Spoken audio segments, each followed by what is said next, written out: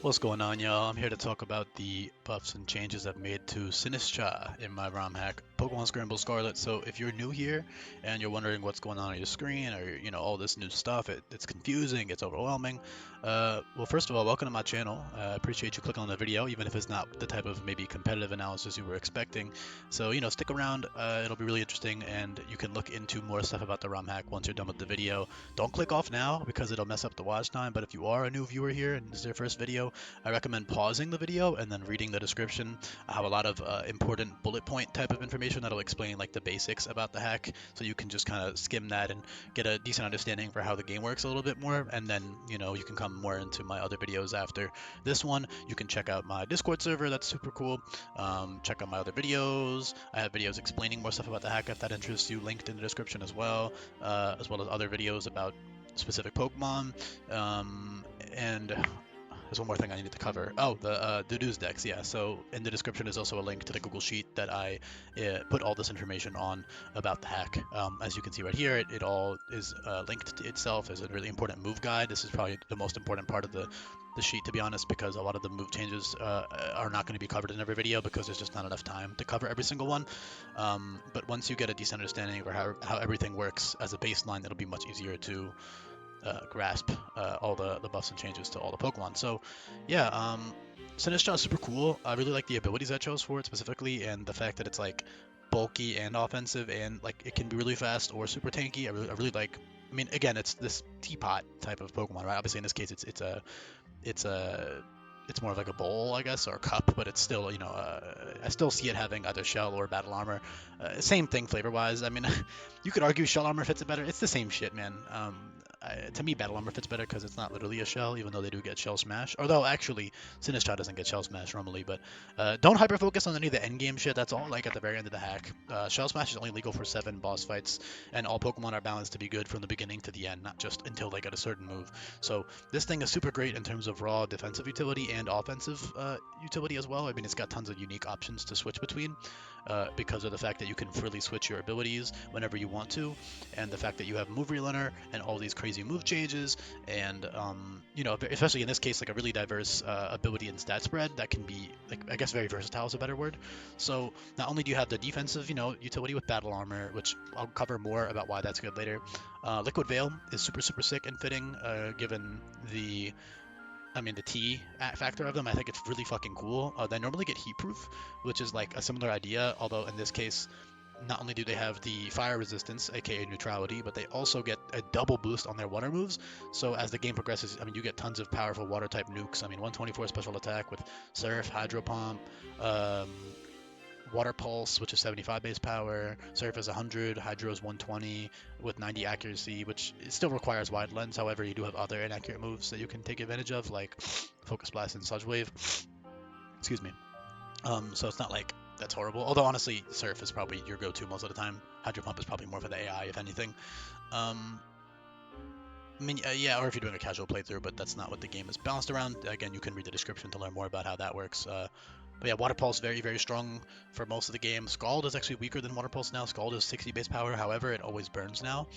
The reason for that is because in competitive, well, first of all, they already axed the Scald distribution anyways, but in general, competitive, having that 30% chance to trigger something is really good because you two are constantly switching around one another, and so that way punishing a switch or just preventing a switch because of that 30% risk is really dangerous. But versus the AI, your Ash should never be clicking Scald. Like the game plays completely differently, right? So a 30% chance to burn a Scald is ass versus the AI. Like you should never be banking on that when you have so many other consistent options, not only to debuff, but just to do other things instead of debuffing. However, with the guaranteed burn, that means, okay, wait, this is actually worth using as a utility move. Because if you want damage, you're going to use Surf, right? Or Water Pulse. Or Chilling Water even is like similar to Scald in that Chilling Water drops attack and special attack by -1, and it's, of course, much more widely distributed as a TM. You might think Chilling Water is weird, but number one, I wanted Poltergeist, the baby, to have a Liquid Veil option until the Water Pulse TM, and I don't see any of the actual like water level up moves. Like I don't see fucking Whirlpool or anything like that, or Brine or anything like that on this guy. Honestly, Chilling Water is a little bit of a reach, but T does cool, so I don't know. I think it's fine. Um, Yeah, this guy, I mean, this guy's really sick, man. So weak armor obviously is incredible because you can switch them in whenever you want, and on any, I mean, it's so easy to trigger in game, right? Not to mention you can even do shit like weak armor, weakness policy, endure, and get +2/+2, and then you go even crazier. But even just flat out switching in on on most physical attacks, getting that weak armor boost, and then outspeeding pretty much everything in the game with 70 base speed at +2. In competitive, 70 base speed at +2 is like good, but it's not that crazy because of the fact you have to deal with like scarf speed tiers and shit. But in game, 70 speed is, again, it's pretty much outspeeding everything at +2. You don't even need investment half the time, so that's incredible. It also lets you run more bulky Vs to switch in easier with weak armor, although your bulk in general is very, very good. 71, 106, 124 is awesome. Them and hold on, Sinistcha, Poltegeist. I don't know, the names got me confused for a second. Poltegeist is also going to be dual typed. You'll see more about that in their video. The music just threw me off because it's looping. But yeah, you'll see more about it in their video. But the main stat difference between them, besides the fact that they have a different secondary typing, they have the same 3 abilities and slightly different, I mean, pretty different move pools. And then Poltegeist will have 10 more special attack and 10 less SPDF, and then maybe even defense and speed. I haven't decided on that either. But point is, they'll have slightly different stats, with Poltegeist being a bit more offensively oriented and a little bit less bulky, but they'll still be both be very bulky and very offensive at the same time. So that's super cool. Yeah, the point is though, battle armor is great, not only just to be immune to crits, but also because there are tons of new guaranteed crit moves. So not only do you get that consistent, okay, I never be crit in a nuzlocke, that's an incredible thing to have, especially when you have 2 other abilities to switch to. So it's not like you're wasting a slot on that.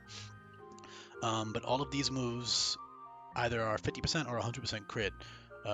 So there's tons of them, man, tons and tons of them. So being able to completely like neutralize, that's a better word. I was gonna say neutralize the damage of these moves is great.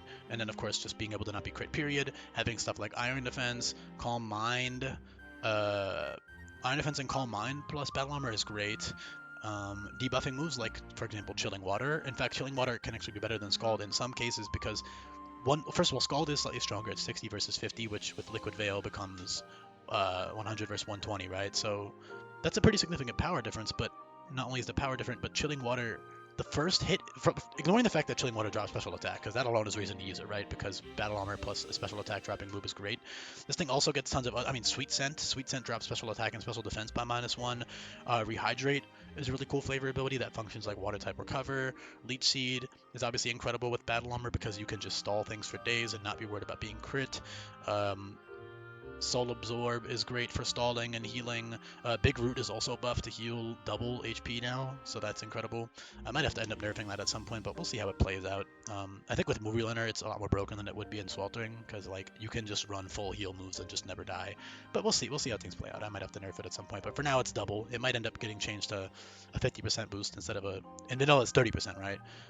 So regardless, great stuff. I mean, I like encouraging stally stuff anyways. I mean, it's cool.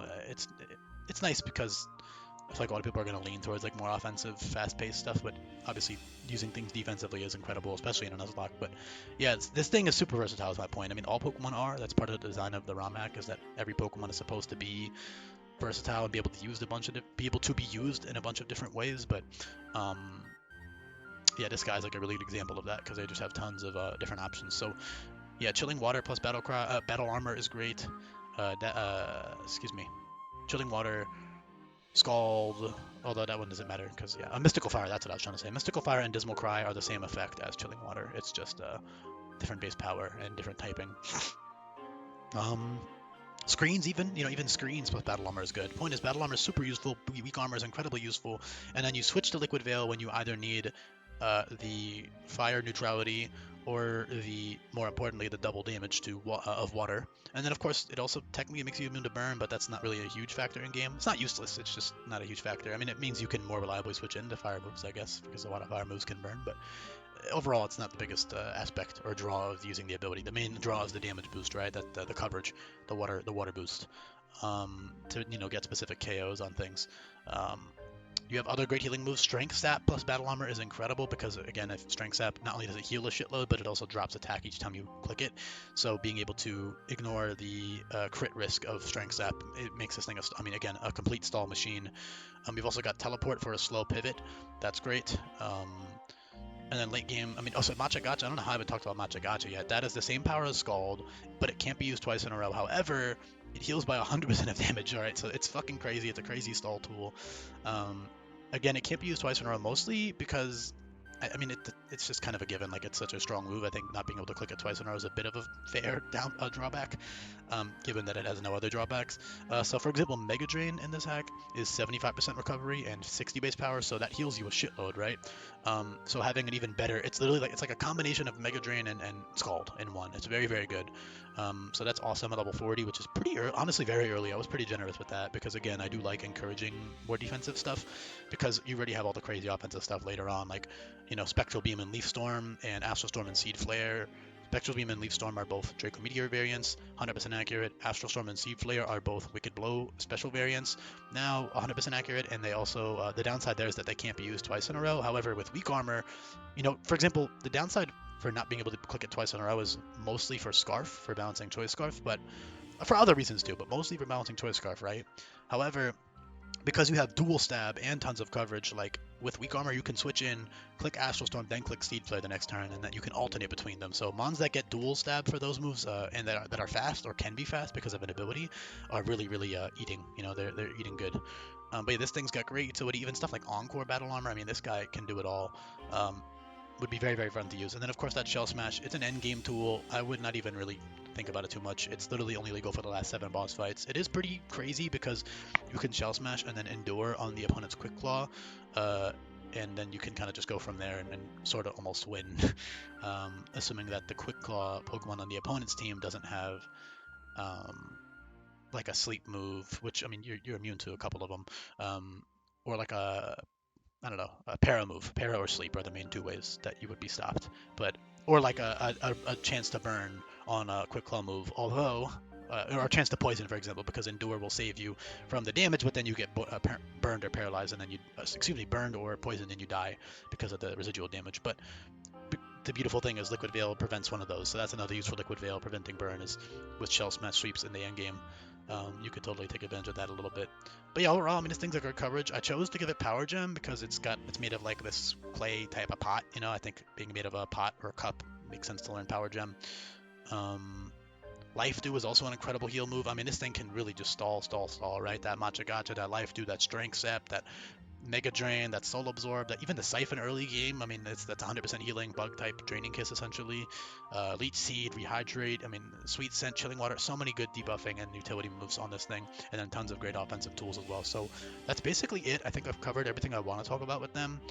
If you're curious about the Poltegeist dual typing, you can watch that video when it's out. I haven't gotten to them yet in the decks at the time of recording, but of course, if you're watching this later on, then it probably is out. Depends depending on when you're watching this. If you made it to the end of the video, I appreciate you very much. Let me know in the comments down below if you did. I guess some other move explanations that might seem weird. Focus Blast, not Focus Blast, Sludge Wave and Sludge Bomb I chose because, you know, I think as TMs they make enough sense. Like the T could be like Sludge almost. Obviously it's not unclean, but they are ghosts, so it's kind of like this weird ectoplasm, right? So I think it fits fine as like a TM coverage move option. But yeah, tons of great utility. Obviously very good offensively. Sick Pokemon overall. I really would have a fun time using. I mean, I love all the Pokemon in this game, but yeah, this thing's super versatile. So appreciate you listening to the end of the video. Leave a comment if you made it to the end, and I'll be back for more coming up.